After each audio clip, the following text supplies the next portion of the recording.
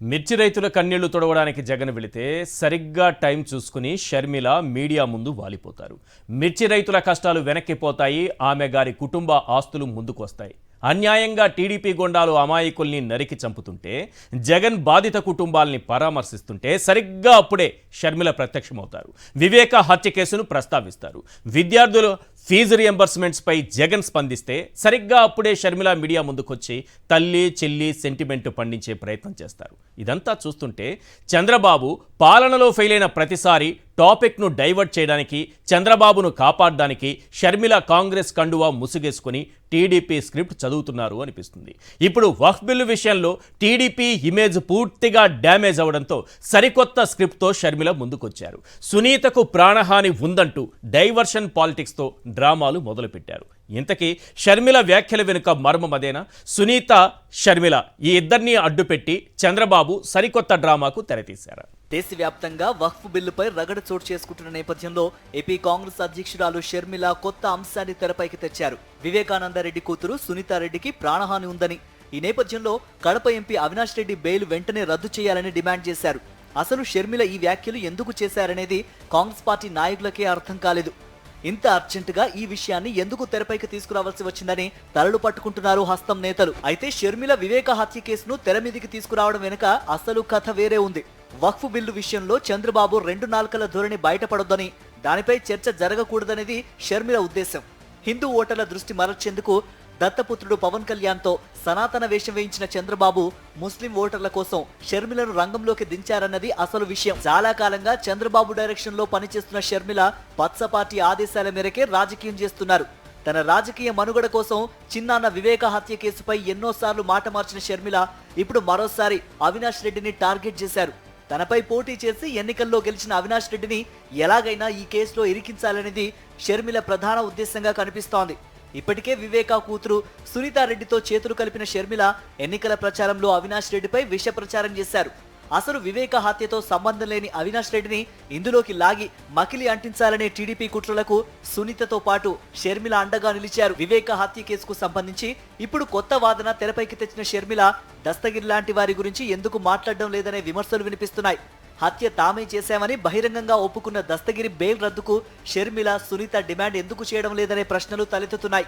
హత్య చేసిన వారు రోడ్లపై తిరుగుతూ ఉంటే సంబంధం లేని వారిపై బురద జల్లడం వెనుక ఉద్దేశం ఏంటనే అనుమానాలు వ్యక్తమవుతున్నాయి. అసలు వివేక హత్య కేసులో ముందు నుంచి వివాదాస్పదంగా వ్యవహరిస్తున్న సునీతారెడ్డి దంపతులపై విచారణ చేయాలని షర్మిల ఎందుకు అడగడం లేదు? వివేక రాసిన లేఖను దాచిపెట్టిన నర్రెడ్డి రాజశేఖర్ రెడ్డిని అరెస్టు చేయాలని షర్మిల ఎందుకు డిమాండ్ చేయడం లేదు? దశాబ్దాల పాటు వివేకాను అనుసరించిన పిఏ కృష్ణారెడ్డిని చిత్రహింసలు పెట్టిన సిబిఐ ఎస్పీపై చర్యలకు షర్మిల ఎందుకు ఫిర్యాదు చేయడం లేదు? హత్య విషయంలో కృష్ణారెడ్డి మాటలను షర్మిల ఎందుకు నమ్మడం లేదన్న ప్రశ్నలకు సమాధానం మాత్రం లేదు. తన బిగ్ బాస్ చంద్రబాబు ఆదేశాల ప్రకారం నడుచుకుంటున్న షర్మిల కావలసిన ప్యాకేజీలు తీసుకుంటున్నారని కాంగ్రెస్ నేతలు బాహాటంగానే విమర్శిస్తున్నారు. కేవలం రాజకీయ పబ్బం గడుపుకోవడం కోసమే అమాయకులను కేసులో ఇరికించే కుట్రలు చేస్తున్నారని మండిపడుతున్నారు. రాజకీయ ఎదుగుదల కోసం షర్మిల చేస్తున్న ప్రకటనలు కూటమి సర్కారు కుట్రలో భాగమేనని రాజకీయ విశ్లేషకులు భావిస్తున్నారు. రాజకీయ ప్రత్యర్థులను ఏమైనా చేయాలనే కూటమి నేతల ఎత్తుగడల కోసం షర్మిల ముందుగా స్టేజ్ సెట్ చేస్తున్నారా అనే అనుమానాలు వ్యక్తమవుతున్నాయి. నిజంగానే సునీతారెడ్డికి ప్రాణహాని ఉంటే కూటమి ప్రభుత్వంతో ఎందుకు సెక్యూరిటీ ఇప్పించలేదనే ప్రశ్నలు తలెత్తుతున్నాయి. జస్ట్ ఒక ఎగ్జాంపుల్ చెప్పుకోవాలంటే, మీరు తల్లికి వందనం ఎందుకు ఇవ్వలేదు, చంద్రబాబు ఇవ్వట్లేదు, మీరు అడగండి, మీరు అడగరా, మీ కాంగ్రెస్ పార్టీ క్వశ్చన్ చేయదా అని ఆ పార్టీ అధ్యక్షురాలు షర్మిల గారిని అడిగామనుకోండి, అమ్మఒడి కూడా సరిగా ఇవ్వలేదు జగన్ అని అంటారు. అక్కడి నుంచి వచ్చే ఆన్సర్ ఇది. సో ఇప్పుడు వక్ఫ్ బోర్డ్ ఆ బిల్లుకు సంబంధించి టీడీపీ ఇరుక్కుపోయి ఆ పార్టీ నుంచి రాజీనామాలు కూడా మొదలైపోయాయి. ఆ పార్టీ నుంచి ఆ బిల్లుకు మద్దతు ఇచ్చినందుకు ఆ పార్టీ నుంచి ముస్లిం సోదరులు, ఆ పార్టీకి సంబంధించి మైనారిటీలు అంతా కూడా బయటకు వచ్చేటటువంటి పరిస్థితి వచ్చింది. ఇప్పుడు అర్జెంటుగా చంద్రబాబును కాపాడేయాలి. అందుకని షర్మిల గారు ఏం మాట్లాడారో ఒకసారి చూద్దాం. వెంటనే వచ్చేసారు మీడియా ముందుకి. ఒక్కసారి వక్ఫ్ బిల్లు పోయింది, పక్కకు పోయింది. కాంగ్రెస్ పార్టీ జాతీయ స్థాయిలో ఎదిరిస్తోంది, ఒక ఆంధ్రప్రదేశ్లో తప్ప. ఆ పార్టీ ఆంధ్రప్రదేశ్లో తప్ప జాతీయ స్థాయిలో ఈ బిల్లు వ్యతిరేకిస్తోంది. పాపం ఆంధ్రప్రదేశ్లో దాని గురించి మాట్లాడే దిక్కు లేకుండా పోయారు. వాళ్ళకి ఉన్నా సరే ఏదో గాలికి అలా పెట్టుకోవడం, ప్రెస్ మీట్లు, అసలు మొత్తం విషయాన్ని డైవర్ట్ చేసేయడం. ఒకసారి ఏం మాట్లాడారు వినిపించండి. ఇక ఎక్కడ జరుగుతుంది న్యాయం? ఇక ఎన్ని సంవత్సరాలు పడుతుంది న్యాయం జరగడానికి? ఒక్కొక్కరిగా అందరూ చచ్చిపోతున్నారు. సునీత ఏమో ప్రాణాలకు తెగించి ఈ రోజుటి వరకు కూడా ఎక్కని కోర్టు మెట్టు లేదు, తట్టని గడప లేదు న్యాయం కోసం. 2 పిల్లలు ఉన్నారు సునీతకి. ప్రాణాలను అరచేతిలో పట్టుకొని ఇంతమంది చచ్చిపోయారు. సునీతను కూడా ఏదైనా చేయడానికి గ్యారంటీ ఏమైనా ఉందా? న్యాయం జరుగుతుందన్న గ్యారంటీ ఏమైనా ఉందా? రైట్. ఈ పరిణామాల నేపథ్యంలో కొన్ని ప్రశ్నలు వినిపిస్తున్నాయి. అవేంటో ఒక్కసారి మనం చూద్దాం. క్వశ్చన్ నెంబర్ 1, వివేకాను చంపింది ఎవరు? హత్య చేయాల్సిన అవసరం ఎవరికి ఉంది? క్వశ్చన్ నెంబర్ 2, వివేక ఆస్తుల్ని బలవంతంగా ఎవరు బదలాయించుకున్నారు? క్వశ్చన్ నెంబర్ 3, వివేక రాసిన లెటర్ దాచిపెట్టమని చెప్పింది ఎవరు? ఎందుకు చెప్పారు? క్వశ్చన్ నెంబర్ 4, కోర్టులో కేసు విచారణ జరుగుతుండగా షర్మిల పదే పదే ప్రెస్ మీట్లు పెట్టడం ఎవరి కోసం? క్వశ్చన్ నెంబర్ 5, హత్య చేశానంటున్న దస్తగిరిపై షర్మిల మేడం గారు ఒక్క మాట కూడా ఎందుకు మాట్లాడరు? క్వశ్చన్ నెంబర్ 6, దస్తగిరి బెయిల్ రద్దు చేయమని ఎందుకు డిమాండ్ చేయరు? క్వశ్చన్ నెంబర్ 7, వివేక లేఖను దాచిపెట్టమన్న నర్రెడ్డి రాజశేఖర్ రెడ్డి అరెస్టుకు ఎందుకు డిమాండ్ చేయరు? క్వశ్చన్ నెంబర్ 8, వివేకా పిఏ కృష్ణారెడ్డిని హింసించిన సిబిఐ ఎస్పీపై చర్యలకు ఎందుకు డిమాండ్ చేయరు? క్వశ్చన్ నెంబర్ 9, సునీతకు ప్రాణహాని అంటూ సరికొత్త కట్టుకథ దేనికి? ఈ స్క్రిప్టు వెనుక అసలు వ్యూహం ఏంటి? క్వశ్చన్ నెంబర్ 10, చంద్రబాబు డైవర్షన్ పాలిటిక్స్లో షర్మిల పావులా మారారా? ఈ 10 ప్రశ్నలకు సమాధానం రావాల్సినటువంటి అవసరం ఉంది. రైట్, వీటిపైనే మనం చర్చిద్దాం. చర్చలో పాల్గొంటున్నారు సతీష్ రెడ్డి గారు, వైఎస్ఆర్సీపీ ప్రధాన కార్యదర్శి, అలాగే రామ్నాథ్ గారు, సీనియర్ అనలిస్ట్. ఇక ఎక్కడ జరుగుతుంది న్యాయం?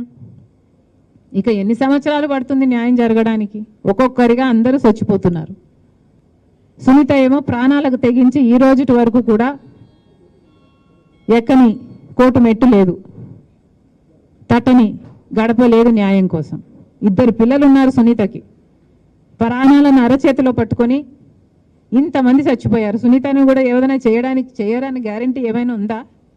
న్యాయం జరుగుతుందన్న గ్యారంటీ ఏమైనా ఉందా?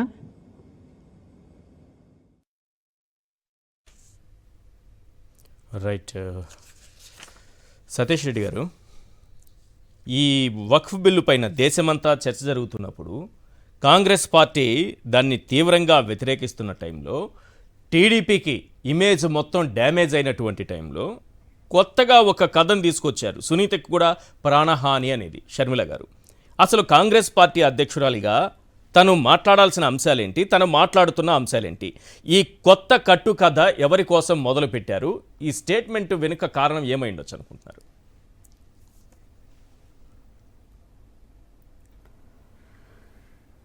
మీరు గమనించినట్లయితే గత కొన్ని నెలలుగా, అంటే 9-10 నెలల నుంచి ఈ కూటమి ప్రభుత్వం అధికారం వచ్చినప్పటి నుంచి వైఎస్ఆర్ కాంగ్రెస్ పార్టీని ఏకాకి చేసి మిగిలినటువంటి పార్టీలన్నింటి కూడా కలుపుకొని పోయే రకంగా వీళ్ళు చేస్తున్నారు.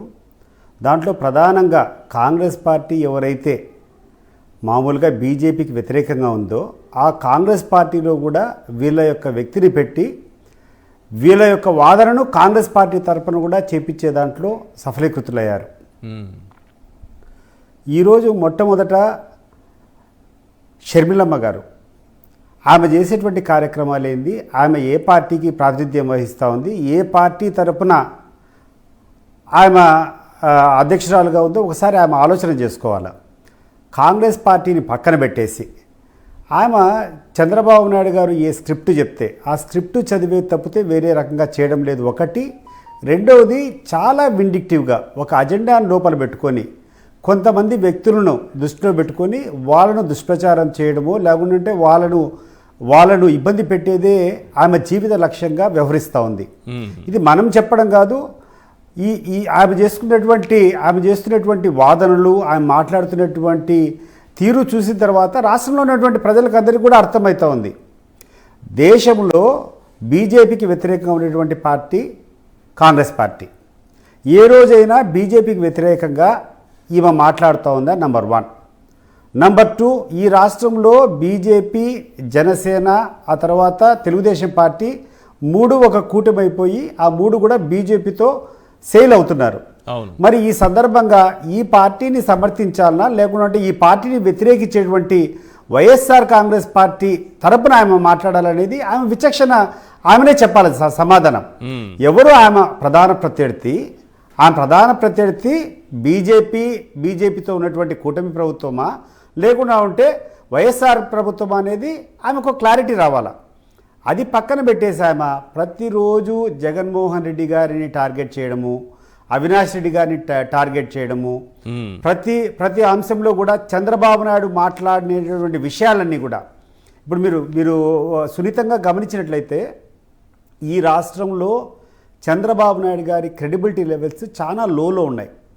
ఎందుకంటే ఆయన చేసేటువంటి అబద్ధాలు, ఆయన చెప్పినన్ని యూటర్న్లు ప్రపంచంలో ఎవడూ తీసుకొని ఉండరు. ఆయన చెప్పిన మాటకు నిబద్ధత అనేది కానీ విశ్వసనీయత అనేది కానీ ఎక్కడా లేదు. కాబట్టి he needs some other new voice. So ఆ వాయిస్గా ఈవెన్ ఎట్లా మేనేజ్ చేసుకున్నాడు. ఆ చంద్రబాబు నాయుడు ఏమైనా మాట్లాడాలంటే ఆయన మాట్లాడితే దానికి విలువ లేదు కాబట్టి ఈమె ద్వారా మాట్లాడించేటువంటి కార్యక్రమం ఈరోజు జరుగుతూ ఉంది. కానీ మీరు ప్రతిపక్ష పార్టీగా వైఎస్ఆర్సీపీ చేసేటటువంటి కార్యక్రమాలు, మిర్చి రైతులు అనుకుందాం, లేదంటే ఫీజు రియంబర్స్మెంట్ అనుకుందాం, పెరిగిన విద్యుత్ ఛార్జీల మీద ధర్నాలు చేశారు, ఆ విషయాలు తీసుకుందాం, లేదా ఈ హత్యా రాజకీయాలపైన జగన్మోహన్ రెడ్డి గారు బాధిత కుటుంబాన్ని పరామర్శించడానికి వెళ్ళారు అనుకుందాం. ఏ కార్యక్రమం చేపట్టినా వెంటనే టీడీపీ నుంచి కంటే కూడా కాంగ్రెస్ పార్టీ నుంచి ఏదో ఒక రకంగా ప్రెస్ మీట్ పెట్టి పార్టీ అధ్యక్షురాలిగా మొత్తం టాపిక్ని డైవర్ట్ చేయడం చూస్తుంటే మీ పార్టీకి తీవ్ర నష్టం జరుగుతోందా లేదా? ఒకటి, తల్లి చెల్లి విషయంలో జగన్మోహన్ రెడ్డి గారు ఏదో మోసం చేశారని ఒక సెంటిమెంట్ పండించే ప్రయత్నం చేస్తారు. రెండు, అవినాష్ రెడ్డి టార్గెట్ చేస్తూ హత్య కేసుని మొత్తం కూడా తీసుకొచ్చి వైఎస్ జగన్కి అంటగట్టేటటువంటి ప్రయత్నం చేస్తున్నారు. ఈశ్వర్ గారు, ఒక విషయాన్ని మనం గమనించాలా. షర్మిల గారు కానీ లేకుంటే ఏ వ్యక్తి అయినా కూడా వాళ్ళ ఉద్దేశం ఏందని చెప్పేది ఒకటి రెండు సార్లు చెల్లుతుందేమో కానీ కంటిన్యూస్గా నువ్వు చేసేటువంటి ప్రయత్నము గమనించలేనంత మూర్ఖులు ఈ రాష్ట్ర ప్రజలు కారు. అది మాత్రం స్పష్టంగా నేను చెప్పగలుగుతా. నువ్వు చెప్పిన దాంట్లో వాస్తవం ఉంటే, నువ్వు చెప్పిన దాంట్లో కథ ఉంటే, నువ్వు చెప్పినటువంటి వాదనలో పస ఉంటే, అసలు కాంగ్రెస్ పార్టీకి అధ్యక్షురాలైనటువంటి షర్మిలకు విత్ ఇన్ ద పార్టీ ఎంతమందిని ఆమె వెనకేసుకొస్తున్నారు? ఆమె చేసింది కరెక్ట్ అని చెప్పి ఎవరు మాట్లాడుతున్నారు? ఎక్కడన్నా ఆమె ఉద్యమం చేస్తే 5 మంది కాంగ్రెస్ పార్టీ నాయకులన్నా ఆమెతో వచ్చి కూర్చొని ధర్నా చేసేటువంటి విషయం కానీ, ఆమె పక్కన కనీసం ప్రెస్ మీట్కి వచ్చేటువంటి నాయకులు ఎవరైనా ఉన్నారో మీరు చూసారా? ఏం కనపడట్లేదు పెద్దగా. ఇప్పుడు ఒక దారుణమైనటువంటి పరిస్థితి ఏంటంటే ఆ కాంగ్రెస్ పార్టీలో 100 సంవత్సరాల పార్టీ, ఆ పార్టీలో అనేక మంది నాయకులు ఉన్నారు, ఇంకా చాలా మంది సీనియర్స్ ఉన్నారు. మీరు ఎక్కడైనా ఆమె మీటింగ్ పెట్టి కానీ ఆమె ప్రెస్ మీట్ ఎక్కడైనా పెట్టేప్పుడు ఆమె వాయిస్కు జత కలుపుతూ ఒక్క కాంగ్రెస్ పార్టీ మాట్లాడిందన్నా విన్నారా? ఒక కాంగ్రెస్ పార్టీ నాయకుడైనా జత కలిసి విన్నారా? అవును. It shows. ఎందుకనో ఇప్పటికి కూడా సోనియా గాంధీ వాళ్ళు ఈమె మీద ఇంకా టైం ఇస్తున్నారో మరి ఏందో అర్థం కావడం లేదు. కానీ it is evident and it is very clear to the public of Andhra Pradesh. Sharmila గారు చేసినటువంటి కథ చంద్రబాబు నాయుడు గారికి బి టీమ్గా పనిచేస్తూ ఉంది. ఈమె చేసే ప్రతి కార్యక్రమము చంద్రబాబు నాయుడుకు మేలు జరిగేటువంటి కార్యక్రమాలు తప్పితే ఏ రకంగా కాంగ్రెస్కు ఉపయోగపడడం లేదనేది ఏ సామాన్య వ్యక్తిని అడిగినా కూడా చెప్తారు. ఆమెకున్నటువంటి ఏకైక అజెండా కూడా జగన్మోహన్ రెడ్డి గారి మీద దుష్ప్రచారం చేయడము, అవినాష్ రెడ్డి గారి మీద దుష్ప్రచారం చేసుకోవడము, మరి ఆమెకు అంతర్గతంగా ఎందుకుందో వాళ్ళ మీద అంత వ్యతిరేకత, దాన్ని ఎగ్జిబిట్ చేసేదానికి ప్రయత్నం చేస్తూ ఉంది తప్పితే కాంగ్రెస్ పార్టీ నాయకురాలిగా, కాంగ్రెస్ పార్టీ అధ్యక్షురాలిగా ఒక్క సందర్భంలో కూడా ఆమె చేయలేదు. ఇది గమనించే కాంగ్రెస్ పార్టీలో కూడా ఎవరు కూడా ఆమెతో సంఘీభావంగా మాట్లాడడం కానీ, ఆమె ఉండేటువంటి ప్రోగ్రాంలో కూర్చోవడం కానీ లేదు. ఇప్పుడు ఈ కేసులో ఉన్నవాళ్ళు చాలామంది సాక్షులు కావచ్చు, ఇతరులు కావచ్చు, కేసులో ఉన్నవాళ్ళు 1 by 1 ఒకరి తర్వాత ఒకరు చనిపోతూ వస్తున్నారు. రేపు సునీతకు కూడా ప్రాణహాని తప్పదేమో అన్నట్టుగా ఉంది పరిస్థితి. అవినాష్ రెడ్డి బయట ఉండడం అనేది చాలా ఇబ్బందికరం, ప్రమాదకరంగా మారిందని డైరెక్ట్గా చెప్తున్నారు. Yes, okay. ఆమె చెప్పిన వాదనే మనం ఏకీభవిస్తాము. మొట్టమొదట ఈరోజు అధికార పార్టీ తెలుగుదేశం పార్టీ లేకుంటే వాటి మిత్రపక్షము వాళ్ళ కూర్చొని షర్మిల గారిని ఒక లేఖ ఇమ్మని చెప్పండి. వైఎస్ఆర్ కాంగ్రెస్ పార్టీ తరఫున మేము కూడా అత్యధిక ఇంపార్టెన్స్ ఇస్తూ ఆమెకు భద్రత కల్పించాలని చెప్పి వైఎస్ఆర్ కాంగ్రెస్ పార్టీ తరఫున మేము కూడా కోరుకుంటున్నాం. మేము కూడా లెటర్ ఇస్తాం. ఓకే, ప్రొటెక్షన్ ఎవరు ఇవ్వాలా? అది ఇప్పుడున్నటువంటి ప్రభుత్వం ఇవ్వాలి కదా. అవును. ఈ ప్రభుత్వాన్ని షర్మిలా గారు చెప్పినటువంటి మాటలను మీరందరూ కూడా సుమోటోగా తీసుకొని దయచేసి ఆమెకు సునీతమ్మ గారికి అత్యధిక ఇంపార్టెన్స్ ఇస్తూ మంచి భద్రత ఏర్పాటు చేయాలని చెప్పి వైఎస్ఆర్ కాంగ్రెస్ పార్టీ తరఫున మేము కోరుకుంటున్నాం. ఎందుకంటే ఈరోజు ఈ రకమైనటువంటి మాటలు విన్నప్పుడు నాకు ఒక రకమైనటువంటి భయం కూడా వస్తూ ఉంది. ఏమైనా ఈమెను వీళ్ళే ఏమైనా చేసి దీన్ని కూడా తిరిగి మళ్ళా వైఎస్ఆర్ కాంగ్రెస్ పార్టీ మీద పులిపేదానికి ఏమన్నా అవకాశం ఉందో ఒకసారి మనం పరిశీలించుకోవాలా. అలాంటి పరిస్థితులు ఉంటాయి. నిజంగా ఇటువంటి జరగకుండా ఉండాలంటే అలాంటి పరిస్థితులు ఉంటాయా? ఉండేదానికి అవకాశం ఉంది. కాదు ఉండేదానికి అవకాశం ఉంది. షర్మిలా గారికి ఒక చిన్న విషయం, షర్మిలా గారికి కానీ ఈ వాదన చేసే వారికి ఒక చిన్న విషయం చెప్తున్నా. 2019లో జగన్మోహన్ రెడ్డి గారు ముఖ్యమంత్రి అయ్యారు. అవును. జగన్మోహన్ రెడ్డి గారు ముఖ్యమంత్రి అయిన తర్వాత 5 సంవత్సరాలు ముఖ్యమంత్రిగా ఉన్నప్పుడు ఈ యొక్క నియోజకవర్గంలో, పులివెందుల నియోజకవర్గంలో అప్పటి వరకు 26 సంవత్సరాలుగా వాళ్ళతో పోటీ చేసేటువంటి వ్యక్తిని నేను. అవును. ఆ తర్వాత నాతో పాటు ఇక్కడ తెలుగుదేశం పార్టీ తరపున కానీ వైఎస్ఆర్ కుటుంబానికి కానీ లేకుంటే జగన్మోహన్ రెడ్డికి వ్యతిరేకంగా పోరాటం చేసినటువంటి వాళ్ళు పేర్ల పార్థసారథి రెడ్డి వాళ్ళ కుటుంబము, తర్వాత బీటెక్ రవి వాళ్ళ కుటుంబం కొన్నిసార్లు వాళ్ళకి వ్యతిరేకంగా చేశారు. ఆ తర్వాత రామ్ గోపాల్ రెడ్డి కూడా వాళ్ళకి వ్యతిరేకంగా మేమంతా కార్యక్రమాలు చేసేవాళ్ళం. అంటే 2019 వరకు. 2019 నుంచి నేను అన్ని పార్టీలకు రాజీనామా చేసిన పక్కన ఉన్నా కానీ వీళ్ళైతే యాక్టివ్గా ఆ పార్టీలోనే ఉన్నారు. ఈ సందర్భంగా షర్మిలా గారు ఒక విషయం చెప్పాలి. మాకే ఎటువంటి ప్రాణహాని లేకుండా ఏ రోజు కూడా మేము సింపుల్ థ్రెట్ కూడా ఫీల్ కాకుండా ఉంటే ఈరోజు సునీతమ్మ గారి మీద ఏదో జరుగుతుందని చెప్పి ఈమె మాట్లాడడము ఎంత హాస్యాస్పదం. చాలా మంచి ఎగ్జాంపుల్. మేము పొలిటికల్ గా ఫైట్ చేస్తాం ఆయన మీద. నిజంగా చెప్తున్నా, మనస్ఫూర్తిగా చెప్తున్నా. నేను నా గురించి పక్కన పెట్టు. నేను సౌమ్యని, నా మీద ఎవరూ లేదు, నేను రాజకీయాలు పక్కన ఉండా కాబట్టి నా మీద ఎవరు చేయలేదంటే పక్కన పెట్టండి.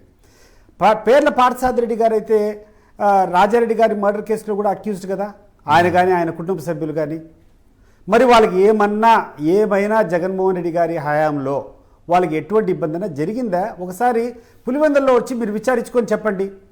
లేదు బీటెక్ రవి మీద ఏమైనా జరగని పరిస్థితులు జరిగాయా, లేదా రామ్ గోపాల్కి వ్యతిరేకంగా ఏమైనా జరిగాయా, దాడులు జరిగాయా, కొట్టని పోయారా ఆ 5 సంవత్సరాల కాలంలో? ఒకసారి ఎవరు ఎటువంటి వ్యక్తులు అనేది మనం చూడాలా. 2014లో కానీ 2019లో కానీ నేను జగన్మోహన్ రెడ్డి వ్యతిరేకంగా నేను పోటీ చేశాను. ఒక స్పష్టమైనటువంటి మార్పు నేను చూసింది ఏదంటే అసలు క్రిమినలైజేషన్ అనేది ఉండకూడదు, క్రైమ్ అనేది చేయకూడదు, స్వచ్ఛంగా ఉండాలా, ఏమైనా ఉంటే వేరే రకంగా చూసుకోవాలి తప్పితే ప్రజలను హింస నుంచి దూరం చేయాలనేటువంటి వాటి నాకు స్పష్టంగా కనపడింది. 2014 ఎలక్షన్లో కానీ 2019 ఎలక్షన్లో కానీ నిన్న జరిగినటువంటి 2024 ఎలక్షన్లో కానీ ఒక్క పోలింగ్ బూత్ అన్నా క్యాప్చర్ అయిపోయింది, రిగ్గింగ్ జరిగింది ఈ బూత్లో అని చెప్పి ఏ నాయకుడైనా చెప్పగలుగుతారా? మీరు జగన్మోహన్ రెడ్డి గారి మీద పోటీ చేసిన సమయంలో కూడా 2014లో నేనే ప్రెస్ స్టేట్మెంట్ ఇచ్చా. మీరు అప్పుడు జగన్మోహన్ రెడ్డి గారి మీద పోటీ చేశారు కదా, అప్పుడు కూడా ఎలాంటి పరిస్థితి లేదా? చేశాను. నేను ఈ రోజు జగన్మోహన్ రెడ్డికి అనుకూలంగా ఉన్నా, ఈ పార్టీకి జనరల్ సెక్రటరీగా ఉన్నారనే వాదన పక్కన పెట్టండి. గడిచిన రికార్డు నేను మాట్లాడినటువంటి చూడండి. 2014 ఎన్నికల తర్వాత నేను మాట్లాడినటువంటి రికార్డు చూడండి, 2019 తర్వాత నేను మాట్లాడినటువంటి రికార్డు చూడండి. ఎక్కడే కానీ బూత్ క్యాప్చరింగ్ కానీ రిగ్గింగ్ కానీ జరగలేదు. మేము ఎక్కడే కానీ కంప్లైంట్ కూడా ఇవ్వలేదు. అవును. రీపోలింగ్ జరగాలని కూడా మేము ఎక్కడే కానీ కోరలేదు. అంటే ఎలక్షన్ ప్రాసెస్ అంత సవ్యంగా జరిగింది. That indicates Jaganmohan Reddy's attitude.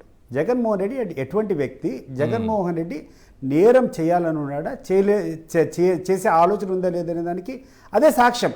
ఇప్పుడు పొలిటికల్గా క్రైమ్ అనేది ఎవరైనా ఫ్యాక్షన్ ఏరియాలో ఎందుకు చేస్తారు? ప్రత్యర్థి అక్కడ ఎన్నికల్లో ఫైట్ చేయకుండా బూత్ క్యాప్చరింగ్ చేయాలనేటువంటి ప్రధాన లక్ష్యంతో చేస్తారు.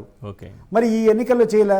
ఈ రోజు జరిగినటువంటి 2024 ఎన్నికల్లో కూడా ఎక్కడైనా తెలుగుదేశం పార్టీ కంప్లైంట్ చేసిందా ఎక్కడైనా బూత్ క్యాప్చరింగ్ జరిగిందని? లేదు. ఆ సంస్కృతే లేదు.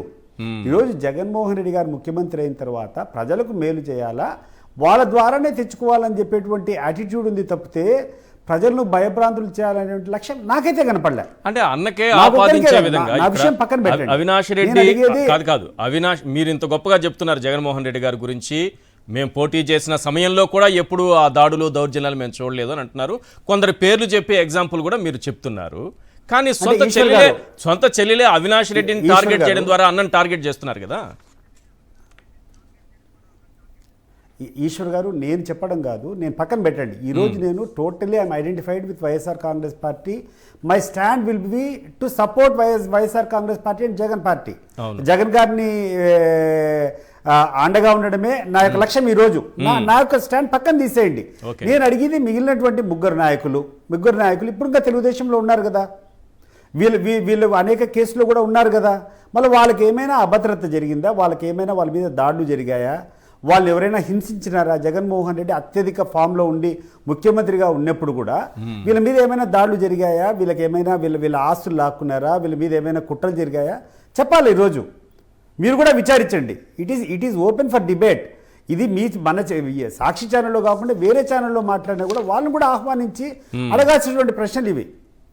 తెలుగుదేశంలో ఉన్నటువంటి పార్టీ నాయకులకు జగన్మోహన్ రెడ్డి గారు ముఖ్యమంత్రి అయిన తర్వాత ఎక్కడైనా అభద్రత ఏర్పడిందా, వాళ్ళ మానానికి కానీ వాళ్ళ ఆస్తులకు కానీ ఎక్కడైనా నష్టం జరిగాయా, వాళ్ళ ప్రాణానికి ఎప్పుడైనా ఇబ్బంది జరిగిందా? This is the question to be answered by the present Telugu Desam party leaders. You leave me apart. నేనంటే ఈరోజు వైఎస్ఆర్ కాంగ్రెస్ పార్టీకి వచ్చినారు కాబట్టి నా మాటకు ఈరోజు విశ్వసనీయత ఉండకపోవచ్చు. కానీ మిగిలినటువంటి లీడర్లు ఈరోజు కూడా ఎవరైతే తెలుగుదేశంలో ఉన్నారో వాళ్ళని అడగండి, ఇక్కడటువంటి ప్రజలందరినీ అడగండి, వీళ్ళ మీద ఎవరి మీద దాడులు జరిగినాయా. కాబట్టి వీళ్ళ మీదనే లేనిది సునీతమ్మ గారి మీద ఈ రకంగా ఈరోజు కొత్త వాదన తీసుకొని రావడంలో రెండు యాంగిల్స్ నేను చూస్తున్నా. ఒకటి, మీరు చెప్పినట్టు ఏదైతే ఎప్పుడైతే వ్యతిరేకత అనేది వస్తుందో, ఎప్పుడైతే తెలుగుదేశం పార్టీకి జనంలో పోయి సంజాయిషి ఇచ్చుకోవాల్సినటువంటి పరిస్థితి ఉందో, ఎప్పుడైతే వాళ్ళ వాదనలు చెప్పాల్సినటువంటి అవకాశం సరిగ్గా లేదు, ఏదో ఒక రకమైనటువంటి పక్కదావ పట్టించేటువంటి కార్యక్రమాలు జరుగుతుంటే దానిని ఒక రకంగా ఒకటి చేసుకోవచ్చు. రెండవది నా అనుమానం ఏంటంటే, ఏమైనా సునీతమ్మ మీద వీళ్ళే ఏమైనా ఇంకొకటి ఏదైనా చేసుకొని ఏమైనా ఇరికించడానికి ప్రయత్నం జరుగుతుందా అనేది నా అనుమానం. కాబట్టి వైఎస్ఆర్ కాంగ్రెస్ పార్టీ తరఫున నేను కోరుకుంటున్నా ఈ ప్రభుత్వానికి, అయ్యా దయచేసి సునీతమ్మకు ఎంత వీలైతే అంత పటిష్టమైనటువంటి భద్రత ఏర్పాటు చేయండి. చాలా చక్కగా చెప్పారు ప్రభుత్వాన్ని కోరడం ద్వారా. రామ్నాథ్ గారు, నిజానికి షర్మిల గారికి అటువంటి అనుమానమే ఉంటే, ఏదో సునీత ప్రాణాలకు అపాయమో ప్రమాదకరమో ఏదో ఏర్పడబోతోందన్నంత అనుమానం ఉంటే ముందుగా సెక్యూరిటీ అడగాలి కదా. ఇది కదా చేయాల్సింది. ప్రెస్ మీట్ పెట్టి ఎవరినో టార్గెట్ చేయడం కంటే కూడా ప్రభుత్వం దగ్గరికి వెళ్ళండి. ప్రభుత్వం చెప్పినట్టు వింటుంది కదా, టీడీపీ ఈ గవర్నమెంట్ వింటుంది కదా. మిగతా వాళ్ళకైతే సెక్యూరిటీ రాకపోవచ్చు, సునీత గారికి అయితే చక్కగా వస్తుంది కదా. హోంమంత్రిని వెంటనే ఏది ప్రమాణ స్వీకారం జరిగి ప్రభుత్వం వచ్చిన వారం 10 రోజులకే కలిశారు కదా. ఆ తర్వాత చంద్రబాబు నాయుడు గారికి కలిశారు కదా. మరి అంత భయం ఉంటే సెక్యూరిటీ ఏర్పాటు చేసుకోవచ్చు కదా. ఈ ప్రెస్ మీట్లు ఎందుకు, ప్రజల్ని తప్పుదారి పట్టించడం ఎందుకు? ఈశ్వర్ గారు, మీకు సతీష్ రెడ్డి గారికి నమస్కారం. ఇప్పుడు ఒక సృష్టించబడిన మీడియా ద్వారా తెలుగుదేశం పార్టీ అంతా ఒక సృష్టించిన వాతావరణం ఎలా ఉంది అంటే, ఇప్పుడు వైఎస్ వివేకానంద రెడ్డి గారి హత్య కేసులో ఏ నిందితుడికి ఏమి జరిగినా కూడా జగన్మోహన్ రెడ్డికి ఆపాదించేలాగా ఒక వాతావరణాన్ని అయితే వాళ్ళు సృష్టించారు. వరుసగా నిందితులు, వరుసగా కేసుకు సంబంధం ఉన్న వాళ్ళు చనిపోతున్నారని కూడా చెప్పారు. కానీ ఆ చనిపోయిన వాళ్ళు ఏ ఒక్కరు కూడా ఏ హత్యకు గురి కాలేదు, ఏ అనుమానాస్పదంగా కనీసం యాక్సిడెంట్లు కూడా చనిపోలేదు. వాళ్ళంతా కొందరు ఏజ్ ఫ్యాక్టర్ తో చనిపోయారు, కొందరు దీర్ఘకాలికంగా ఉన్న వ్యాధుల వల్ల చనిపోయారు తప్పించి ఎక్కడా కూడా ఏమీ జరగలేదు. ఇంకో విషయం ఏంటంటే, ఇప్పుడున్న వాతావరణం బట్టి చూస్తే ఈ కేసులో దస్తగిరి కావచ్చు, సునీత గారు కావచ్చు, వీళ్ళందరికీ ఎవరికి ఏం జరిగినా కూడా జనరల్ పబ్లిక్ ఒపీనియన్ ఇది వైసీపీ నుంచే జరిగి ఉండవచ్చు అని భావించడానికి ఎక్కువ స్కోప్ ఉంది. ఇలాంటి స్కోప్ ఉన్నప్పుడు వైసీపీ వాళ్ళంతా, సునీత గారు కావచ్చు, ఈవెన్ దస్తగిరి కావచ్చు, వీళ్ళంతా సురక్షితంగా ఉండాలి అని రాజకీయంగా వైఎస్ఆర్ కాంగ్రెస్ పార్టీ కోరుకుంటుంది. వైఎస్ఆర్ కాంగ్రెస్ పార్టీ ప్లేస్ లో ఎవరున్నా కూడా అదే కోరుకుంటారు. ఎందుకంటే అది ఆటోమేటిక్ గా ఎక్కువ మా వైపు వచ్చే అవకాశం ఉంటుంది కదా అని. కానీ ఇప్పుడు మీరు దస్తగిరిని చూస్తే బాగా వదిలిపెట్టారు. ఆయన దందాలు చేసుకుంటున్నారని చెప్తున్నారు, రకరకాల సెటిల్మెంట్లు చేస్తున్నారని చెప్తున్నారు, అన్ని చేస్తూ ఉన్నారు. 2029 వరకు కూడా మొన్న ఎన్నికల్లో విపరీతంగా వాడారు ఈ కేసుని. చెప్పాలంటే వైఎస్ఆర్ కాంగ్రెస్ పార్టీకి జరగాల్సిన దానికంటే ఎక్కువ డ్యామేజ్ దీని వల్ల జరిగింది, ఈ కేసు వల్ల. ఖచ్చితంగా దీన్ని 2029 వరకు కూడా లైవ్ లో ఉంచి అప్పుడు కూడా దీన్ని ప్రజల ముందుకు తీసుకెళ్లాలి అనే ఒక ప్రయత్నం అయితే తెలుగుదేశం పార్టీలో ఉంది. అలాంటి ప్రయత్నంలో భాగంగా అటువైపు నుంచి కూడా నేను వాళ్ళు చేస్తారని నేను చెప్పడం లేదు, కానీ ఇప్పుడు షర్మిల గారు అన్నారు సునీత గారికి కూడా ఏమైనా జరగచ్చేమో అని. ఆమె షర్మిల గారి అలాంటి ఒపీనియన్ ఎక్స్ప్రెస్ చేసినప్పుడు మనం కూడా ఇంకో యాంగిల్లో కూడా ఆలోచించవచ్చు. ఈ దస్తగిరి కావచ్చు, ఇంకొకరు కావచ్చు, వాళ్ళని జగన్మోహన్ రెడ్డి వ్యతిరేకులు ఏమైనా చేస్తే ఈజీగా జగన్మోహన్ రెడ్డి మీద పడుతుంది కదా, ఈజీగా ప్రజల్ని నమ్మించడానికి అవకాశం ఉంటుంది కదా అన్న ఉద్దేశంతో మునుముందైనా కూడా ఇలాంటి ప్రయత్నాలు చేయవచ్చేమో కూడా, ఎందుకంటే వాళ్ళే అనుమానం చేస్తున్నారు కాబట్టి. కరెక్ట్. ఇప్పుడు సతీష్ రెడ్డి గారు చెప్పినట్టు రేపు ఏం జరుగుతుందన్న భయం ఉండాలి. ప్రభుత్వాన్ని వైఎస్ఆర్సీపీని అడగాల్సి వస్తుంది, ఆమెకు రక్షణ కల్పించండి, ఆమెకు భద్రత కల్పించండి అని. అవును, సునీత గారు, దస్తగిరి కావచ్చు, మొత్తం అందరూ మంచిగా ఉండడం అనేది వైఎస్ఆర్ కాంగ్రెస్ పార్టీకి ఈ కేసుకు సంబంధించినటువంటి సాక్షులు ఎవరైతే ఉన్నారో వాళ్ళు కూడా వాళ్ళని కాపాడుకోవాల్సిన బాధ్యత కూడా వైఎస్ఆర్సీపీకి వచ్చేటట్టుంది. ఇప్పుడు వాళ్ళు సృష్టించిన వాతావరణం బట్టి అయితే ఎవరికి ఏం హాని జరిగినా కూడా అది డైరెక్ట్ ఇటువైపు ఎక్కువ నెట్టడానికి స్కోప్ ఉంది కాబట్టి వైసీపీ వాళ్ళంతా బాగుండాలని కోరుకుంటారు ఈ వ్యవహారంలో. ఇంకోటి ఏంటంటే షర్మిల గారి మీద ఒక ఒత్తిడి అయితే కాంగ్రెస్ పార్టీలో మొదలైంది. షర్మిల గారు కాంగ్రెస్ పార్టీని ఉద్ధరించేందుకు పిసిసి అధ్యక్ష పదవి తీసుకోలేదు, కేవలం తన అన్నని సతాయించడానికి సాధించడానికి మాత్రమే ఈమె పిసిసి అధ్యక్ష పదవి తీసుకున్నారు. ఈమె వచ్చిన తర్వాత పార్టీ కార్యకలాపాలు లేవు, అసలు ఎలాంటి యాక్టివిటీ లేదు, కేవలం ఏపీ పిసిసి అధ్యక్షురాలంటే వైఎస్ వివేకానంద రెడ్డి కేసులో స్పెషలిస్టు లాగా ఈమె ప్రతి మీడియా సమావేశంలో మాట్లాడుతున్నారు అన్న ఒక ఒత్తిడి ఉంది. మొన్న వక్ఫ్ బిల్లు సమయంలో కూడా ఆ ప్రెస్ మీట్ జరిగిన తర్వాత షర్మిల గారు ఆ మరుసటి రోజు ప్రెస్ మీట్ లో వ్యవహరించిన తీరును కాస్త నిశ్చితంగా గమనిస్తే ఆమె ఏమన్నారంటే, నేను నేను కీలకమైన సబ్జెక్టులు మాట్లాడుతుంటే మీడియా సంస్థలు మాత్రం కేవలం మళ్ళా వివేకానంద రెడ్డి కేసు గురించి, అవినాష్ రెడ్డి గారి గురించి, మా అన్నకు నాకు మధ్య ఉన్న ఆస్తుల డిస్ప్యూట్ గురించే ప్రచురిస్తున్నారని ఒక మాట అన్నారు. ఆమె ఎందుకు ఆ మాట అనాల్సి వచ్చింది అంటే కాంగ్రెస్ పార్టీలో ఒత్తిడి ఉంది. ఈమె ఎప్పుడు కూడా తన వ్యక్తిగత అంశాల్ని, తన అన్నతో ఉన్న గొడవల్ని ప్రస్తావిస్తున్నారు కానీ ప్రజా సమస్యల గురించి అక్కడ ప్రస్తావించడం లేదు అని ఒక ఒత్తిడి ఉంది. ఆ ఒత్తిడి నుంచి తప్పించుకోవడానికి మొన్న ఆ నిష్ఠూర్ మాటం కూడా కేవలం 2 మీడియా సంస్థల్ని అంటున్నారు. ఆమె కనీసం ఈనాడైనా రాసిందా, కనీసం ఆంధ్రజ్యోతి అయినా మిగతా అంశాలు రాస్తోందా అని మాట్లాడారు. అంటే ఆ 2 మీడియా సంస్థల్ని ఆమె ఓన్ చేసుకున్నట్టుగా ఉన్నారు. అక్కడ క్లియర్ గా అర్థమవుతుంది. అంటే తెలంగాణలో పార్టీ పెట్టే అంశం కానీ, లేకపోతే అన్నతో గొడవలు ఉన్నాయి, ఆస్తుల తగాదాలన్న విషయం కానీ తెలంగాణలో పార్టీ పెట్టక ముందుగా రాధాకృష్ణ గారే రాశారు అందరిలోకి. రాధాకృష్ణ గారితో నిత్యం టచ్లో ఉన్నది ఎవరు? ఆయనకి లీకులు ఇస్తూ ఉన్నది ఎవరు? ఇంట్లో వ్యవహారాలు కూడా రాధాకృష్ణ గారికి ఎలా తెలుస్తుంది? ఆయన ఇంట్లో దూరైతే వినడు కదా. సో మనిద్దరం ఉన్నాము సార్, మనిద్దరి మధ్య జరిగినటువంటి ఒక సంభాషణ సతీష్ రెడ్డి గారికి తెలిసిందే అంటే మీరు లీక్ చేయాలి, లేదా నేను లీక్ చేయాలి. మనిద్దరిలో ఒకరు చేయాలి. మరి రాధాకృష్ణ గారితో సంబంధాలు లేవంటారా? ఇలా కూడా జరుగుతుందా అని ఆశ్చర్యం వ్యక్తం చేయడం వెనక కరెక్ట్ అది అంశాలన్నీ తొలుత ఆంధ్రజ్యోతిలోనే వచ్చాయి. ఇలా జరుగుతుందా అనుకున్నామండి. అంటే వాళ్ళు ఎంత దగ్గరగా ఉన్నారు అన్నది అయితే చాలా స్పష్టంగా అర్థమవుతుంది.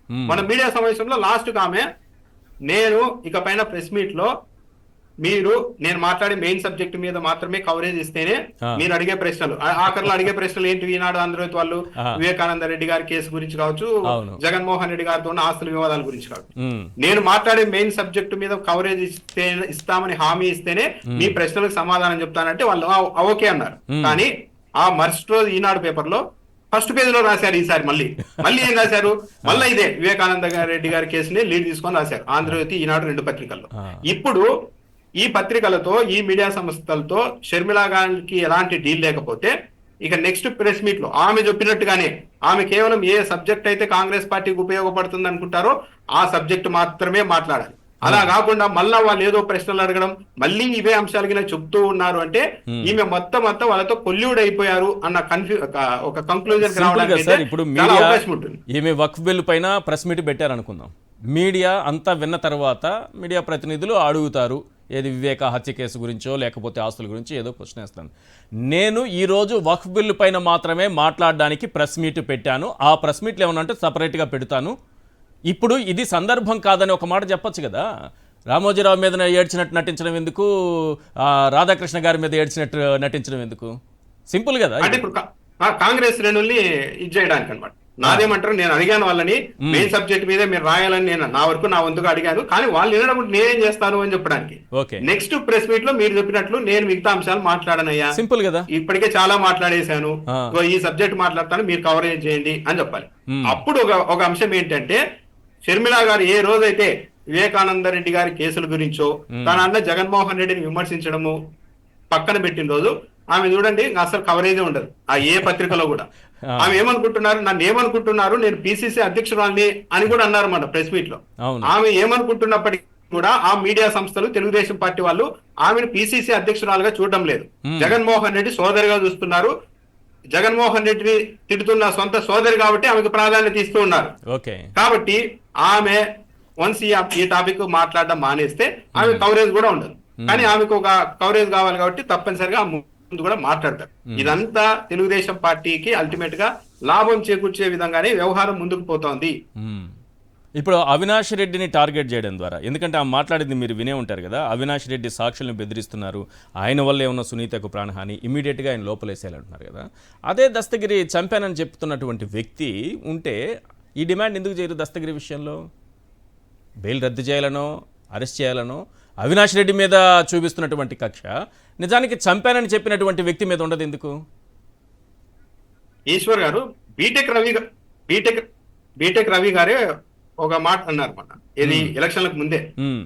జగన్మోహన్ రెడ్డి తలుచుకుంటే నేను అరగంటకు మించి బతకను అన్నారు. జగన్మోహన్ రెడ్డి తలుచుకుంటే నేను అరగంట నుంచి ఎక్కువ బతికే పరిస్థితి ఉండదు అన్నారు. ఏది జగన్మోహన్ రెడ్డి సీఎం గా ఉన్నప్పుడే. మరి ఏమి చేయలేదు కదా బీటెక్ రవిని. బీటెక్ రవి రోజు ప్రెస్ మీట్లు పెట్టి ఇదే అంశాలన్నీ మాట్లాడారు కదా. జగన్మోహన్ రెడ్డి గారి వ్యక్తిత్వం మీద, ఆయన సతీమణి గారి వ్యక్తిత్వం మీద రకరకాలుగా మాట్లాడారు కదా. జగన్మోహన్ రెడ్డి నిజంగా హత్యలు చేయించే అది ఉంటే బీటెక్ రవి చెప్పినట్లు అరగంటలో ఆయన మాయమైపోయి ఉండాలి కదా, కాలేదు కదా. పైగా ఓపెన్ గా చెప్పాలంటే 2004లో కాంగ్రెస్ పార్టీ అధికారంలోకి వచ్చిన తర్వాత కూడా రాష్ట్ర వ్యాప్తంగా హత్యలు జరిగాయి టీడీపీ కార్యకర్తలు, ఓపెన్ గా చెప్తున్నాం. కానీ 2019లో జగన్మోహన్ రెడ్డి సీఎం అయిన తర్వాత ఎక్కడైనా కానీ ఆర్గనైజర్ గా ఒక్క మర్డర్ అన్న జరిగిందా? ఇంకా ఎందుకు, నేను రేపు జగన్మోహన్ రెడ్డి గారు అక్కడికి రామగిరి మండలానికి వెళ్తుంటే హెలికాప్టర్ కూడా ఆపకుండా వెనక్కి పంపమని కార్యకర్తలు చెప్తున్నారని పరిటాల సునీత గారు ఈరోజు స్టేట్మెంట్ ఇచ్చారు. కానీ అదే కుటుంబానికి జగన్మోహన్ రెడ్డి గారు సీఎం గా ఉన్నప్పుడు సెక్యూరిటీ పెంచారు కదా. కరెక్ట్.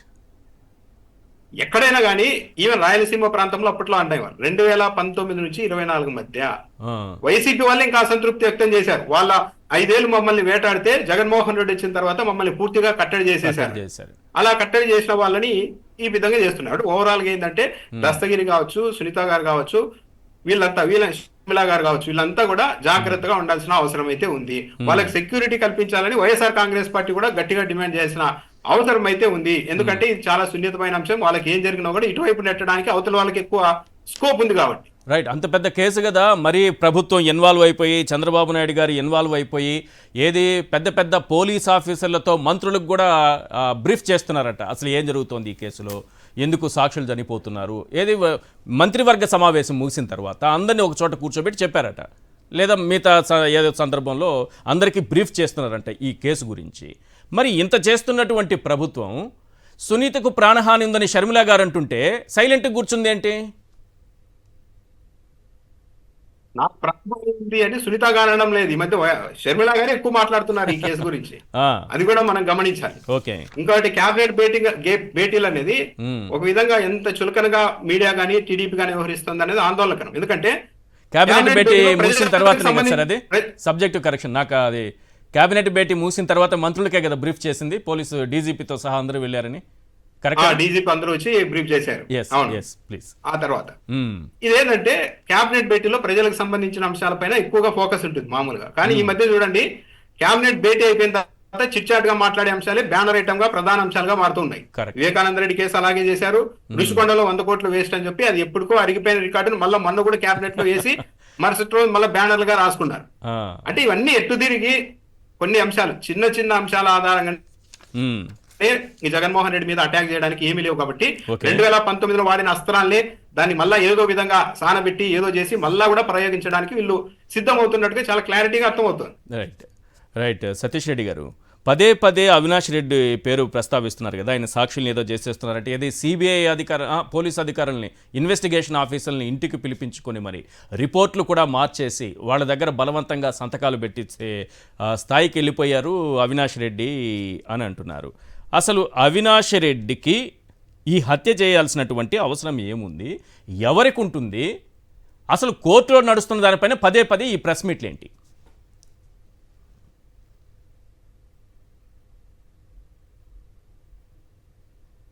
మీరు చూస్తే ఒక్కొక్కసారి చాలా మంచి వ్యక్తులే ప్రజలకు సంజాషి ఇచ్చుకోవాల్సినటువంటి పరిస్థితి కనపడతా ఉంది. నేను అవినాష్ రెడ్డిని గడిచిన 11 సంవత్సరాలుగా he's in lime light, he's in public life. 11 years నుంచి ఆయన ఈసారి 3వ పార్లమెంట్ మెంబరు. 2014లో మొట్టమొదటిసారి గెలిచినట్టున్నాడు. దాని ముందు ఒక 2 సంవత్సరాల నుంచి కూడా కొంచెం యాక్టివ్గా వైఎస్ఆర్ కాంగ్రెస్ పార్టీ తరఫున ఆ కార్యక్రమాల్లో పాల్గొంటున్నారు. ఓకే, ఈ సందర్భంగా నేను ఒకటే అడుగుతున్నాను తెలుగుదేశం పార్టీ లీడర్లని, not YSR Congress party and not the common public. Pulivendula నియోజకవర్గంలో కడప జిల్లాలోనే అవినాష్ రెడ్డి గారి పొలిటికల్ యాక్టివిటీస్ ఉంటాయి. దీన్ని దాటి బయట రాష్ట్రంలో మిగతా దేంట్లో కూడా పాల్గొన్నాడు ఆయన. ఓకే, ఈ కడప జిల్లాలో కానీ పులివెందుల నియోజకవర్గంలో కానీ ఏ నాయకుడైనా ఎవరైనా వచ్చి అవినాష్ రెడ్డి మమ్మల్ని దుర్భాషలాడినాడనేది కానీ, అవినాష్ రెడ్డి మమ్మల్ని కొట్టినాడనేది కానీ, మమ్మల్ని దౌర్జన్యం చేశాడనేది కానీ గడిచిన 12 సంవత్సరాల ఆయన రాజకీయ జీవితంలో ఎక్కడైనా ఒక మచ్చ ఉందా అని మీరు ఒకసారి ఆలోచన చేయండి. దీనికి జవాబు చెప్పండి. We have to ask the Telugu Desam party leaders. ఇప్పుడు ఒక స్వచ్ఛమైనటువంటి, నాకు బాధ ఏంటంటే ఒక స్వచ్ఛమైనటువంటి వ్యక్తి, ఇప్పుడు మేము వైఎస్ఆర్ కుటుంబంలో కొన్ని వైఎస్ కుటుంబంలో కొన్నిసార్లు దౌర్జన్యాలు చేశారు, హత్యలు చేశారు, ఇవన్నీ చేశారంటే మేము అన్నీ విన్నాం. కానీ ఇంతవరకు నేను చెప్తున్నాను, అవినాష్ రెడ్డి గారు ఒక్క చిన్న కార్యక్రమం కానీ, ఒకటి బెదిరించారని కానీ, ఒకరిని తిట్టారని కానీ, ఒకరిని కొట్టారనేది కానీ, ఒకరి ఆస్తుల జోలికి పోయినాడని కానీ నేను ఇంతవరకు వినలేదు. ఒకవేళ విన్నటువంటి వ్యక్తులు ఎవరైనా ఉంటే I'm ready for a debate. పులివెందుల్లో ఉన్నటువంటి తెలుగుదేశం పార్టీ నాయకులతో సహా కడప జిల్లాలో ఉన్నటువంటి తెలుగుదేశం పార్టీ నాయకులకు అందరితో నేను డిబేట్ చేసడానికి నేను రెడీగా ఉన్నా. ఒక సందర్భం తీసుకొని వచ్చి, అయ్యా ఈ విషయంలో దౌర్జన్యకరంగా వ్యవహరించినాడు, పలాని సందర్భంలో పలానోని కొట్టినాడు, పలానోని తిట్టినాడు, ఎక్కడన్నా చూపిస్తారు ఒకసారన్నా?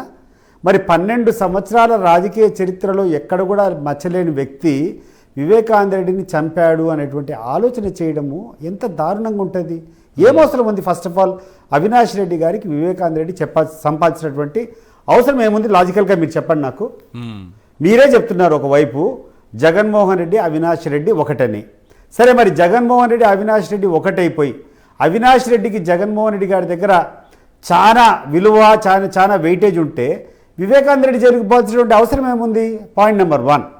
పాయింట్ నెంబర్ 2, 2019 ఎన్నికల్లో నేనే ఆ ఎన్నికల్లో పోటీ చేశాను అసెంబ్లీ అభ్యర్థిగా. నా కజినే శ్రీనివాస్ రెడ్డి అని చెప్పేసి నా కజినే పార్లమెంట్లో అవినాష్ రెడ్డికి వ్యతిరేకంగా పోటీ చేశాడు. We were following up the day to day developments. మేము ఆ రోజు కోరుకునే వాళ్ళం, ఏది అవినాష్ రెడ్డి టికెట్ ఇస్తే మాకు కొంచెం అనుకూలంగా ఉంటుంది, అవినాష్ రెడ్డి అయితే మాకు కొంచెం ఈజీగా ఉంటుంది, వివేకానంద రెడ్డి అయితే కొంచెం కష్టంగా ఉంటుంది అనేటువంటి ఒక చర్చలు జరిగేటి.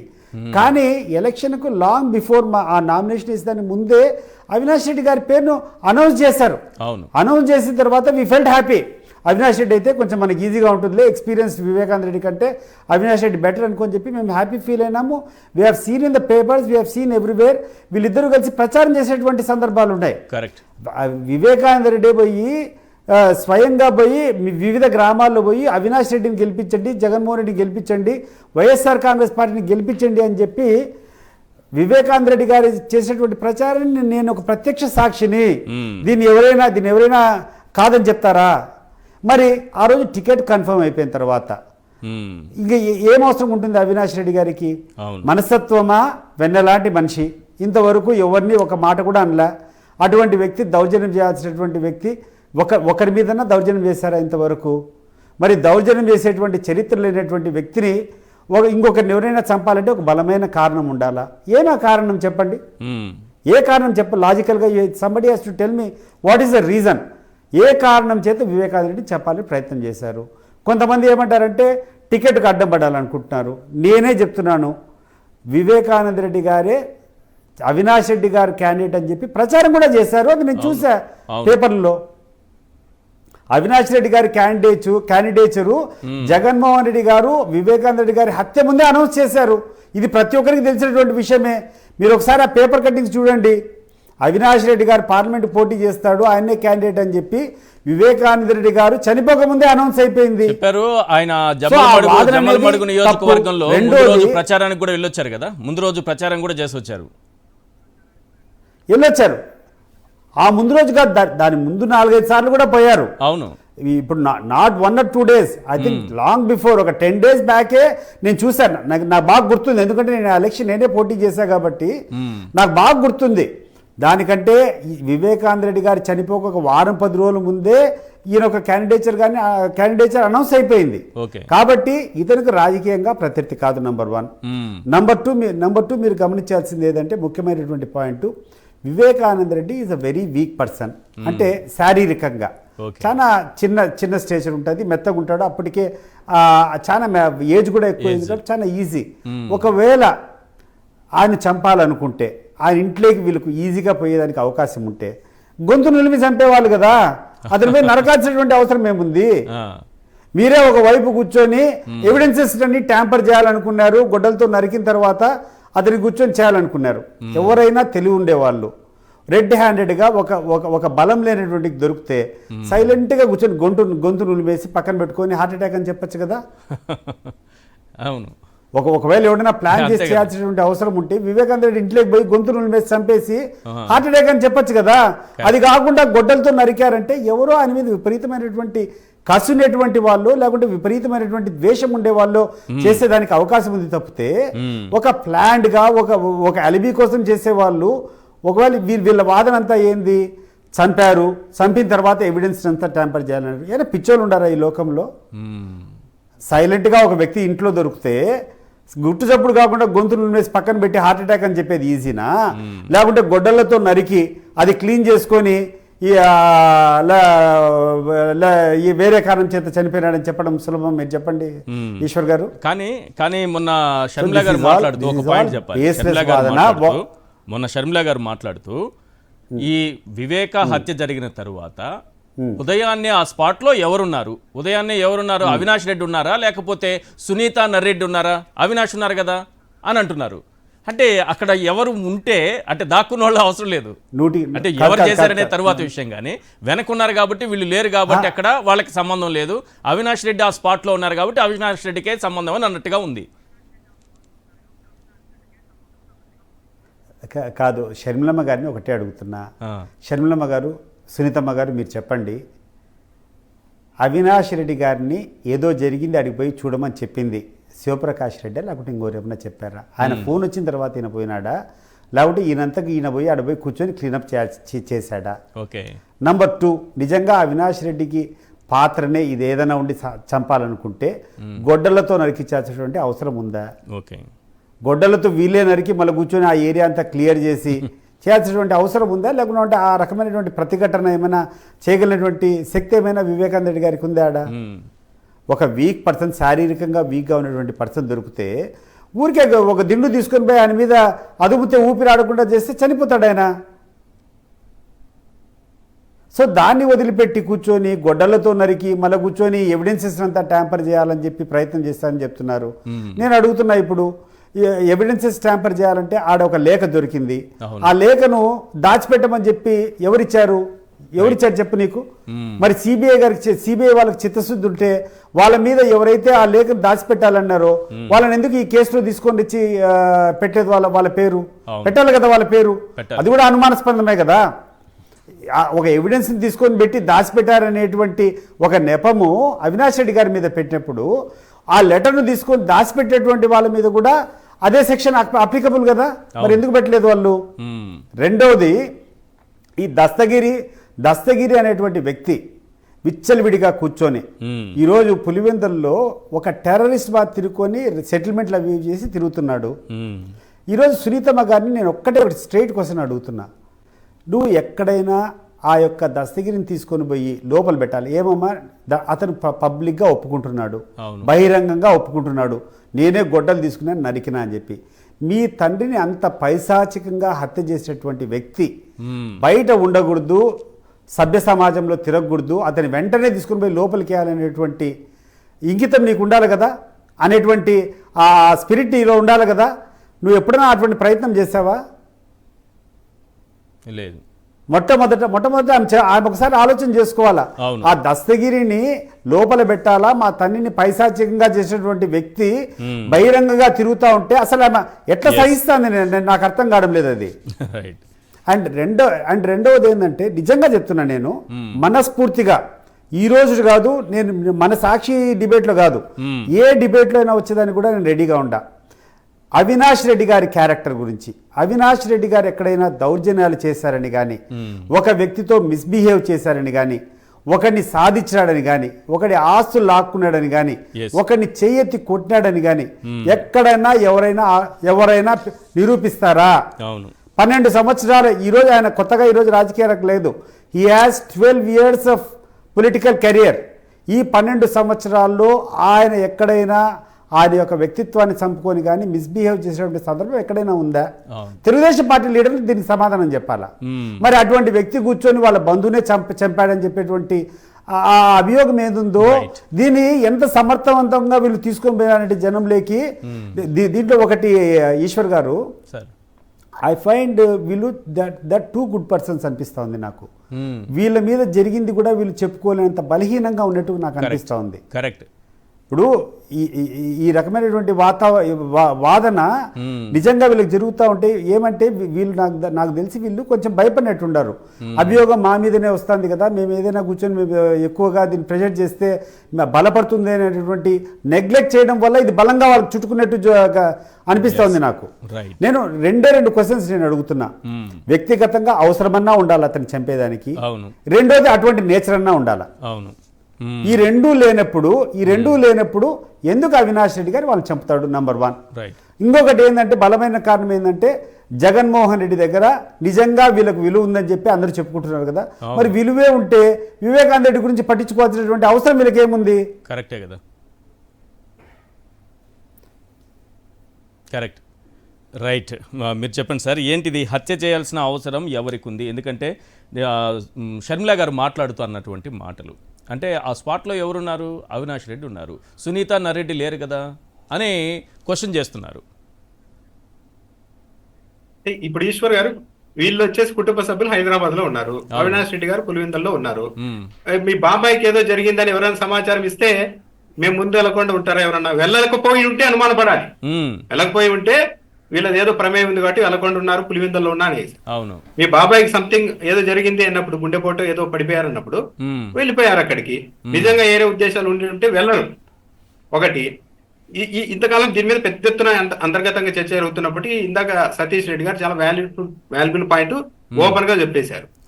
వివేకానంద రెడ్డి గారు 60 ఏళ్ళు దాటిన వ్యక్తి, చాలా బలహీనంగా ఉంటారు. అక్కడ కుటుంబ సభ్యులు కూడా లేరు, ఫ్యామిలీ లేరు, సింగిల్ గా ఉన్నారు. నిజంగా కేవలం ఎంపీ టికెట్ కోసం ఆయన అడ్డు తగిలించుకోవాలి అనుకుంటే సతీష్ రెడ్డి గారు చెప్పినట్లు ఓపెన్ గా చెప్పాలంటే ఒక వ్యక్తి ఎవరన్నా ఒక కుర్రాడు వెళ్ళి మరి దిండు లాంటిది పెట్టి చంపేసినా అయిపోయేది. నిజంగానే అంత దారుణంగా నరికేసి చంపేసి మళ్ళీ ఉదయమే లేచిపోయి అంత రక్త మడగలు పోయి తొడవడానికి అవినాష్ రెడ్డి వీళ్ళు వెళ్ళారంటే ఎలా నమ్మడం సాధ్యమవుతుంది? రాజకీయంగా చూస్తే అవినాష్ రెడ్డికి ఆయన ఏం కాంపిటేటర్ కాదు, ఇద్దరు కలిసే చేసుకున్నారు, టికెట్ ఆల్రెడీ అనౌన్స్ అయిపోయింది అనేది తెలుస్తోంది. ఇక్కడ రెండోది వివేక ఆస్తుల విషయం.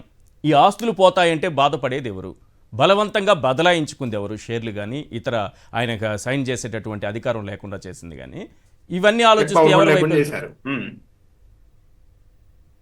ఇంకో విషయం ఏంటంటే ఇప్పుడు షర్మిల గారు చెప్తూ ఉన్నది ఇవన్నీ కూడా కేవలం ఈ కేసును ఎటు తిరిగి వీళ్ళ వైపు తిప్పాలి. ఇందాక సతీష్ రెడ్డి గారు ఇంకో వాల్యుబుల్ పాయింట్ చెప్పారు. ఇదంతా ఏమైపోయిందంటే ఎప్పుడైతే ఈ ఇష్యూ మొదలైందో ఇదంతా ఇటువైపు మళ్లించే ప్రయత్నాలు జగన్మోహన్ రెడ్డి గారి వైపు, అవినాష్ రెడ్డి గారి వైపు మళ్లించడం మొదలైందో ఆ క్షణం నుంచే వీళ్ళ వాదన వినిపించుకుంటూ వచ్చి ఉంటే పరిస్థితి వేరే ఉండేది. కానీ దాదాపు 1 year పాటు గ్యాప్ ఇచ్చేశారు. దానివల్ల ఏమైపోయింది, మొత్తం సమాజంలోనికి అంతా అటువైపు వర్షనే వెళ్ళింది. వీళ్ళు ఏదో చేశారు కాబట్టి వీళ్ళు మౌనంగా ఉన్నారు అన్న ఒక ఇంప్రెషన్ ఏర్పడింది. దాని నుండి కోలుకోవడానికి చాలా టైం పడుతుంది ఇప్పటికీ కూడా వైఎస్ఆర్ కాంగ్రెస్ పార్టీ వాళ్ళకి. ఇంకొకటి ఏంటి, ఎంపీ టికెట్ కోసం అయితే చనిపోయిన తర్వాత కొన్ని నెలల పాటు డైరెక్ట్ గా సునీత గారే ఒక ఆర్గ్యుమెంట్ చేశారు.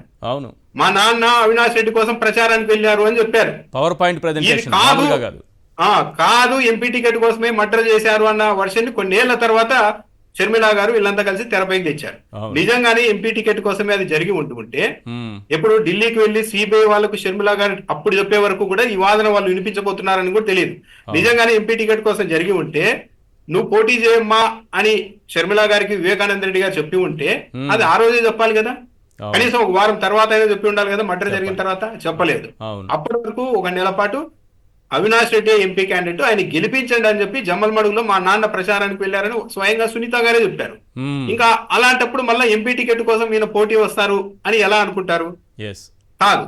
కాబట్టి ఇది ఏదో జరిగింది. వీళ్ళు ఎక్కడ వెనుకబడ్డారంటే మొదట్లోనే కౌంటర్ చేయడానికి భయపడ్డారు. ఏమైతుందో సైలెంట్ గా ఉంటే ఇలా గడిచిపోతుంది అనుకున్నారు. కానీ దాన్ని అలసుగా తీసుకొని అవతల పెద్ద పెద్ద బండలు తయారు చేసి ఒక్కసారిగా నెత్తినేశారు. మొన్న ఎన్నికల్లో కూడా దాని ప్రభావం కనిపించింది. ఎస్, ఫైనల్గా ఒక్క విషయం చెప్పండి సార్. వివేక రెండో పెళ్లి కానీ ఆస్తి కానీ ఈ కోణం కూడా పోలీసులు కానీ విచారణాధికారులు కానీ చూడాల్సినటువంటి అవసరం ఉందా లేదా? చాలా కీలకమైనది కదా ఈశ్వర్. నూటికి కానీ నూరు ఈ కేసునంతా ఆల్రెడీ డ్రైవ్ చేసేసారు. ఒకవైపుకి డ్రైవ్ చేసేసారు. అవతల వాళ్ళు బాగా శక్తివంతంగానే ఉన్నారు. ఇంకో వాదన వినిపించడం కూడా కరెక్ట్ కాదేమో అన్నంత వాదన తీసుకెళ్లిపోయారు. ఓకే, ఇప్పుడు హఠాత్తుగా ఆ వర్షన్ సిబిఐ వాళ్ళు ఈ వర్షనే నిజమని పైకి తెచ్చినా కూడా మళ్ళీ కూడా ఇదేంతో మ్యానిపులేట్ చేశారు. వీళ్ళంతా కవర్ చేసి ఏదో మేనేజ్ చేసి కొత్త వాదన పైకి తెస్తున్నారు చూడ అనే స్థాయిలోనికి దీన్ని తీసుకెళ్లారు. దీన్ని బాగా వాళ్ళు సక్సెస్ఫుల్ గా అవతల వాళ్ళు ప్రచారం చేసుకోగలిగారు. ఒక వాతావరణాన్ని సృష్టించేశారు. ఈ వాతావరణంలో ఏం జరిగినా కూడా అది వైసీపీ నుంచే జరిగిందన్న ఒక వాతావరణాన్ని కూడా ఆల్రెడీ సృష్టించారు. ఇప్పుడు మర్డర్ల గురించి ప్రాణహానుల గురించి కూడా మాట్లాడుతూ ఉన్నారు అంటే అలాంటి అటువైపు నుంచి జరిగి ఇటువైపుకి ఏమైనా తోసేస్తారేమో వైఎస్ఆర్ కాంగ్రెస్ పార్టీ వాళ్ళైతే జాగ్రత్తగా ఉండాలి. రైట్. సతీష్ రెడ్డి గారు మీ పాయింట్ అయితే చెప్పండి సార్, సమయం మించిపోయింది ప్లీజ్. ఈశ్వర్ గారు, ఒకటి సమర్థవంతంగా తెలుగుదేశం పార్టీ వాళ్ళు చేసేటువంటి కుటిల రాజకీయము సక్సెస్ఫుల్ అయ్యారు. 2024 ఎన్నికల ముందు వాళ్ళు ఏ అంశం తీసుకొని వచ్చారో వాళ్ళకు ఉన్నటువంటి మీడియా, వాళ్ళకు ఉన్నటువంటి ద్వారా జగన్మోహన్ రెడ్డి గారి అతి మంచితనము, అవినాష్ రెడ్డి గారి అతి మంచితనం వల్ల వీళ్ళు చెప్పలేకపోవడం, సైలెంట్గా ఉండడం వల్ల వాళ్ళు రకరకాల ప్రచారం చేసుకోగలిగినారు. They were successful in that. జనాన్ని అయితే 2024 ఎడ్యుకేషన్లో ఇది నిజంగా బాగా ఉపయోగపడింది వాళ్ళకి. ఈ అంశం ప్రజల్లోకైతే తీసుకొని పోయినారు, నమ్మించగలిగినారు. నమ్మించినా కూడా కొన్ని అంశాలు మనం కూడా ఆలోచన చేయాలి. అవసరం ఏముంది? ఇప్పుడు నెసెసిటీ ఫర్, ఇప్పుడు ఎవరికైనా ఏదైనా చేస్తే they should be some benefit. ఈ బెనిఫిట్ అనేది ఎందుకు ఉండాలా? ఒకటి. రెండవది, హ్యాబిచువేటల్గా క్రైమ్ చేసే వాళ్ళు ఉంటే వాడు చేసిండొచ్చని చెప్పేదానికన్నా అవకాశం ఉంది. అది కాదు. అండ్ మూడోది ఏంటంటే షర్మిలా గారు ఒక 3-4 సంవత్సరాల సైలెన్స్ తర్వాత కూర్చొని మాట్లాడి అప్పటి నుంచి కూర్చొని అవినాష్ రెడ్డిని నిందిస్తా వచ్చింది తప్పితే ఫస్ట్ 3-4 ఇయర్స్ ఎందుకు ఆయన మాట్లాడలేదు? ఆమె కాంగ్రెస్ పార్టీకి వచ్చి కాంగ్రెస్ పార్టీ అధ్యక్షురాలు అయిన తర్వాత ఆయన మాట్లాడడం మొదలుపెట్టింది తప్పితే 4.5 సంవత్సరాలు ఆమె తెలంగాణలో కూడా తిరిగింది కదా. అప్పుడు ఎప్పుడైనా మాట్లాడిందా? ఇది లేదు. షర్మిలా గారి గురించి కూడా ఈరోజు జనం అందరూ చూస్తున్నారు. మనం కూడా, నేను చెప్తున్నాను, మన టైం వేస్ట్ చేసుకోవాల్సినటువంటి అవసరం కూడా లేదు. షర్మిలా గారి గురించి, ఆమె గురించి మీరు నేను చెప్పాల్సిన అవసరం లేదు. జనానికంతా తెలుసు, ముఖ్యంగా కాంగ్రెస్ పార్టీ నాయకులకి అందరికి కూడా తెలుసు. మీరు ఈ రోజు ఆమె ఏ జిల్లా కన్నా పోతే 5 మంది కాంగ్రెస్ పార్టీ మేమని చెప్పే నాయకులు ఆమెతో పార్టీ పోయి కూర్చొని మాట్లాడేటువంటి పరిస్థితులు ఉన్నాయా? కాంగ్రెస్ పార్టీకి కనీసం అంతో ఇంతో ఓట్ బ్యాక్ ఉండింది. ఈమె చేసేటువంటి కార్యక్రమాలు పోయిన తర్వాత పూర్తిగా భూస్థాపితం చేసింది ఆ కాంగ్రెస్ పార్టీని. ఏమైందంటే ఆ ఎన్నికల ముందు జరిగినటువంటి పరిస్థితి ఏంటంటే ఈమె తెలంగాణలో she was expecting some post. అక్కడ తెలివిగా అక్కడటువంటి కాంగ్రెస్ పార్టీ నాయకులు ఇక్కడ మాకు అడ్డం ఎందుకు అని చెప్పేసి ఆమె తొలగించేసి, ఇక్కడ కాదు కదా ఆమె రాష్ట్రము, ఆ రాష్ట్రానికి పొమ్మని చెప్పు అని చెప్పేసి వాళ్ళు తెలివిగా ఈ పక్కకు డైవర్ట్ చేశారు. వీడికి వచ్చిన తర్వాత ఆమె కూర్చొని ఏదో అష్యూరెన్స్ తీసుకున్నట్టుంది, ఏదో పార్లమెంట్ సభ్యులు గాను ఏదో ఇస్తారని చెప్పి తీసుకున్నట్టుంది. దానికి తోడు ఆమె ఆ అధికారంలోకి వచ్చిన తర్వాత తెలుగుదేశం పార్టీ వాళ్ళకి తెలుసు కదా వాళ్ళు ఏ రకంగా మేనేజ్ చేస్తారో, వాళ్ళ ప్యాకేజీలు వాళ్ళ కథలోని ఏ రకంగా మేనేజ్ చేస్తారో తెలుసు కదా. సో ఆమె ట్రాప్ చేసుకున్నారు, ఆమెను పెట్టుకున్నారు. So she has become a mouth piece of this Telugu Desam party and కూటమి ప్రభుత్వం. ఈరోజు ఎక్కడే కూడా ఆమె కాంగ్రెస్ పార్టీ వాయిస్ ఎక్కడా వినిపించడం లేదు. అది నువ్వు చెప్పాల్సిన అవసరం లేదు. సామాన్య ప్రజలందరూ ఉన్నారు. నన్ను అడిగే ప్రశ్న, మేము ఇంకొకరు అడిగే ప్రశ్న కాదు.